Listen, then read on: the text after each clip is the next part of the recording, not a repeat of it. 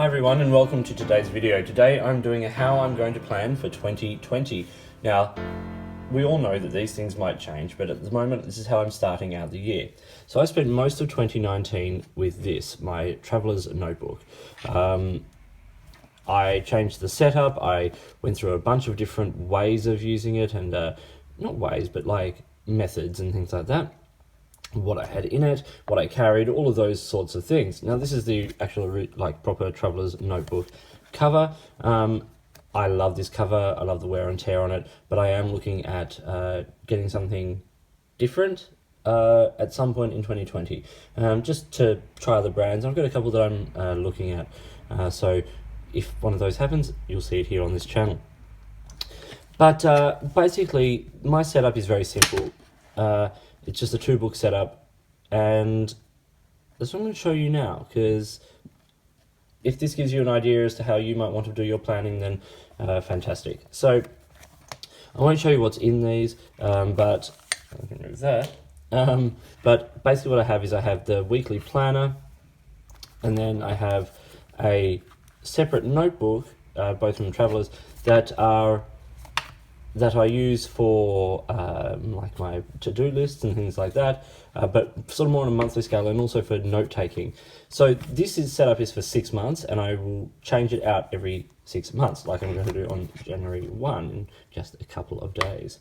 So what I have for this year are these. So I have the Traveler's Notebook diary. This is the weekly version and memo, and I'll show you that in a second. And then I have 2 just plain Traveler's Notebook, both in the grid, 5mm grid books. So one of these for 6 months, the other one for the second half of the year. So this will be my setup in that book, and I'll show you the basics and right now. Okay, let's open this up. So with the weekly you get 2 books, one for the first 6 months of the year, and the second for the second 6 months of the year. And I think it's a really neat little setup, and it means nothing gets too bulky. So just opening up to a random page in the middle. So what you have is you have downside, you've got the weekdays of the week with the date and all that sort of stuff, and that's that's like no lines or anything like that. And then on the other side you get this square grid, which is divided neatly to line up with the days, which I'm going to come to in a second. At the top you get a calendar and a little bit of information about the week, and that's it. Now these books are fairly minimal in a lot of ways. A little bit of sort of information in the back, a few personal information, stuff like that. And at the front you get the yearly calendar for this year and next, and then the monthly more spread out. Now these I use as a way of planning where I'm going to be. I travel a little bit for work, and I do productions that last 4 to 5 weeks at a time. So as these things are coming in, I very clearly mark the production periods and all those sorts of things, and when I'm away in here. So in a way, at a glance, I can have a decent look at what's coming up, where I'm going to be, and that gives you the whole year. And then we start obviously towards the end of December in this one, and then move through to January, which is where I will be picking it up in a couple of days. So basically the way I use this is I have my appointments and all of that sort of stuff listed here. I can list where my daughter needs to be, what time my wife is at work, all those sorts of things. I list all that down this side. It gets sort of marked up, and then on this side, in those corresponding sections between the bolder lines, that's where I do my daily to-do list. Just in dot form, like bullet journaling, and I can fit 3 columns. I keep it very, very minimal. So, for instance, that might be post office, get milk, those sorts of things. A lot of my projects are sort of long-term projects. So what I tend to do is I tend to have to-do lists for that project and just list the project if it's something that I'm working on that day. So I have a separate list in a project book like a Leuchtturm 1917 or something like that, and I'm able to keep up with that that way. And I also have a way of incorporating this book as well. So this is sort of quite handy way of presenting it. You get your week at a glance. You can also schedule ahead things that need to be done on particular days. So for instance, if I know on Wednesday that on Friday I need to upload a video, I can list upload video, that sort of thing. So it works really, really well for me. It doesn't leave you a huge amount of space. It gives you the option for, if you can fit 3 columns in, which is what I managed to do, it gives you 18 things you can do in that day. So if I am needing more than that, I get this, which is a Rhodia number 8 graph pad, and I make a to-do list on here, and then I tear that page out, and as you can see here in my traveler's notebook, I have these little smiley face paperclip on the side there, and then I just clip it to this page so that it's there with my daily list. That is actually something I need to do. It's a lot of things I need to do that day. So it happens rarely, but when it does, and when it won't fit on here, I put it on a separate page. And so I have that for the entire, 6 months in this book and then 6 months in the other book. So that will go in the front of my my traveler's notebook. Behind that, I put this. So this one sort of is a bit more, in a way, like a standard sort of bullet journal, just without the dailies.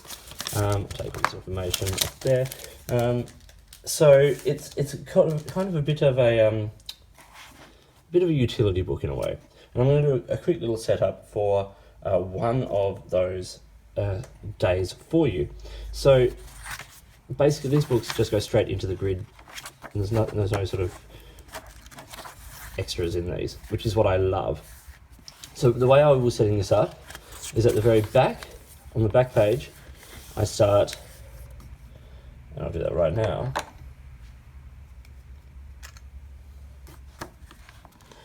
an index. And I'll come back to that in a minute, because these aren't numbered pages, but I will number the pages of this book, and I'll do one of those in a second, of course. And I put the page number, and then I list what's there, and I can go backwards through the book as I need more pages for that, as opposed to sort of going at the start, I'm going to set 4 pages aside for index, and then only using 2 of them, and then you have a bunch of wasted pages. Whereas here, if you start at the back, I can list the page number as I go.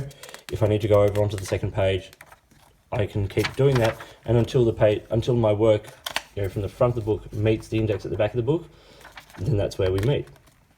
And no wasted pages.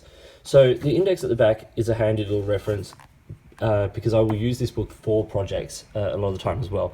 It'll be packing lists or to-do lists for particularly functions, or planning videos, or all of that sort of material will be done on spreads in this book. And let's say that this is page 37 and 38, then I go to the back and I'll go 37, video on 2020 planning. And then when I need to find that video, I can go back to the index, I find it listed here, and then I go to the pages that I number as I go. But at the front of the book is where the planning part comes into it as well. So on the first open spread of the book, on this first page, I will list some important information. Like a lot of you will be aware that might be aware that I'm diabetic. So I like to have the contact details for my doctors and some basic sort of information about my diabetes in the book, so that loved ones and friends can easily find that information, and a lot of the people who would need to know where all of that is. So that will go on this front page, and then on the first spread is which will be pages 2 and 3. So I can actually number that here and now. Just in the bottom corners, outside corners, 2, 3 is where I'll start my planning. And this is what I do for each month gets this. So each month gets a spread, and I set these up at the start of the year, both so that I can plan ahead and so that I can know, how many pages it takes. So this will be January. So if we just go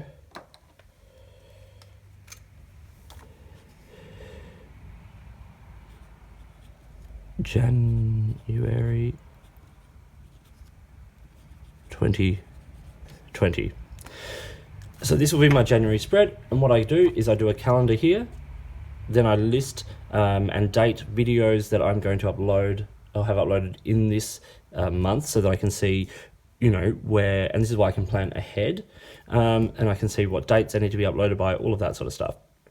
And then on this side of the page is a overall to-do list, and so I get 2 columns down the page, and this is everything. So as I think of things, they go in here, and then I can schedule them onto particular days, but you know, email so-and-so, buy so-and-so, you know, like, all get listed here, a full sort of monthly to-do list. And as I can also plan that ahead if there are things I know need to be done in specific months. So super simple setup, nothing fancy. The calendar, I'll show you what that looks like. I'll set that up now while I'm here. So I'm a week starting on a Monday sort of guy. So if I go Monday, Tuesday, Wednesday, Thursday, Friday, Saturday, Sunday. And then I think, from memory, January starts on a Wednesday. Hang on, just let me check that. Yes, so January 1 is a Wednesday. So we'll go 1.